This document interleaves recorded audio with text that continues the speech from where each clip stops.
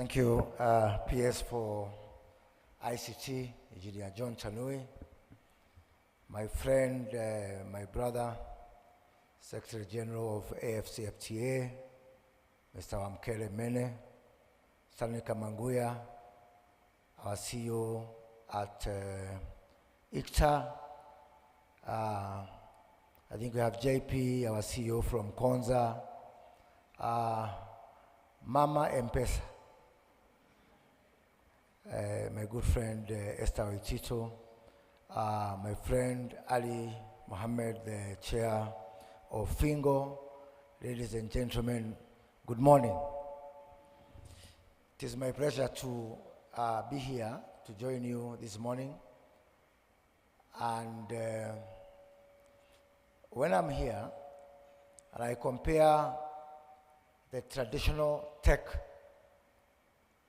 and the energy that is supposed to come with Fintech, forgive me to say that the energy levels are quite low, and I would wish, because this is a Fintech space, which is supposed to be more energizing, ask you to be more lively and to enjoy either this session today, and on the very least, the few minutes that I'll speak to you.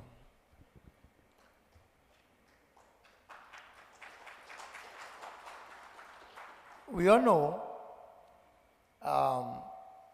that technology is not only the next big differentiator between the old economy and the new economy, particularly in Africa, but more specifically, Kenya has decided to take a deliberate journey towards the realization of technology as a major driver for the socio-economic transformation that the William Ruto government is embarking on. And we've made a lot of deliberate decisions.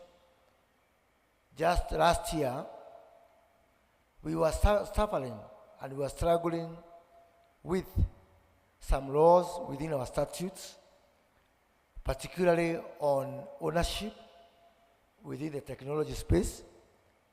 And I am very pleased to say that as of today, we have knocked down all barriers for entry, for tech investors, for hosting services, for any sphere within the tech value chain, like was the case before.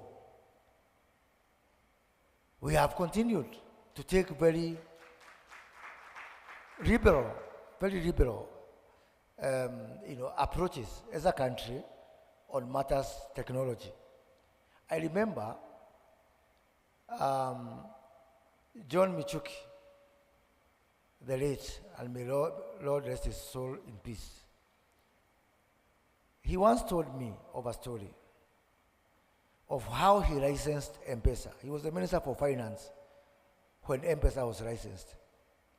So somebody went from Safaricom and challenged John Michuki that you can send money through your phone. And John Michuki, he was not a very easy man to deal with. So he almost drew out the person from Safaricom. And when the person insisted, John Michuki said, give me that phone, sent money to his farm worker in Kangema, somewhere not very far from Nairobi. And then when the farm worker received the money, John Michuki called him and said, is it true? He said, yes. Have we even paid every other worker in this compound?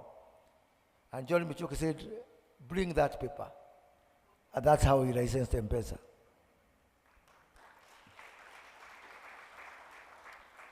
And I'm saying that because that belies the true story of the potential of Fintech, not only in Kenya, not only in Africa, but indeed in all developing countries.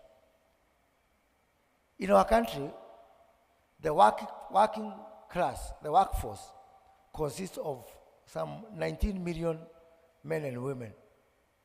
Out of these 19 million, only 3 million work in the private sector, informal sector.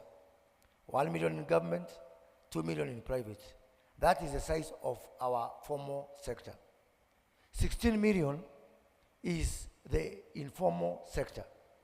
And therein lies the future, the biggest potential for fintech in our country. Because for those 16 million people, me and you have an office where we report. But for those 16 million people, they report to an office known as Fintech. That's where they live in. Be it in betting, be it in digital gigs, digital jobs, trying to make money, monetizing content. So name it. You'll find in our country some old lady who cannot speak English or Swahili, but they know how to use M-Pesa. That really tells the story that the biggest landlord, the biggest office in the Republic of Kenya is Fintech. And I've got reason to believe that this is a story across Africa. This is a story across the developing world. When we come up with solutions, our fintech solutions are most likely to be uptaken by our people because of the disproportionate size of the informal sector. I was just telling somebody yesterday, much as whatever happened in Bangladesh, people have different opinion. It is a fintech man, Mohammed Yunus of Grameen Bank, who is now the acting president of Bangladesh, put into power by the people. That is the power of fintech. That when we come with solutions which are specific, which are targeted, which are realistic to where the bulk of the population is, then we start to win. And I think I want to underscore that, realistic to our situation. Because I am a widely traveled person, and I've worked in this space, in both financial space and technology space, across all continents of this world. And I can tell you that if Kenya chose to pick from the shelves of models that were existing before, then I think that we could not have made a major endeavor and the progress that we made here. So let me conclude by saying that the government is very much committed to supporting fintech. We are committed to completing, to unlock all the obstacles that are there on the way to growth of fintech. Currently, ICT sector contributes up to 9% of our GDP. By the time we are done with our current administration, we are going to ensure that that contribution rises to 15% of the GDP. We are also working with our capital markets to unlock all the challenges of capital raising with our capital markets. So the next time you hear of a stock market, a complete NASDAQ for fintechs, dedicated for fintechs in Africa, it is going to be in Kenya, so that you can start to integrate fintechs to be able to attract capital using the capital markets. The incentives we are providing through our Concert City, where you can get access to up to 50% of power in Kenya, where you can get the best broadband, the best connectivity. The connectivity you can get in Concert City is as good as the connectivity you can get at the landing point of the submarine fiber in Mombasa, right in the interior of the country. So I hope that the next time I meet all of you physically, we'll meet you at the concert. And I hope that the next time we all meet trying to help our fintechs is when we join Kenya, where the whole of Africa says, because Kenya has taken a lead, to set up, a digital stock market to assist our fintechs to be able to raise capital so that we can grow together. Thank you, and I wish you very good deliberations. Thank you.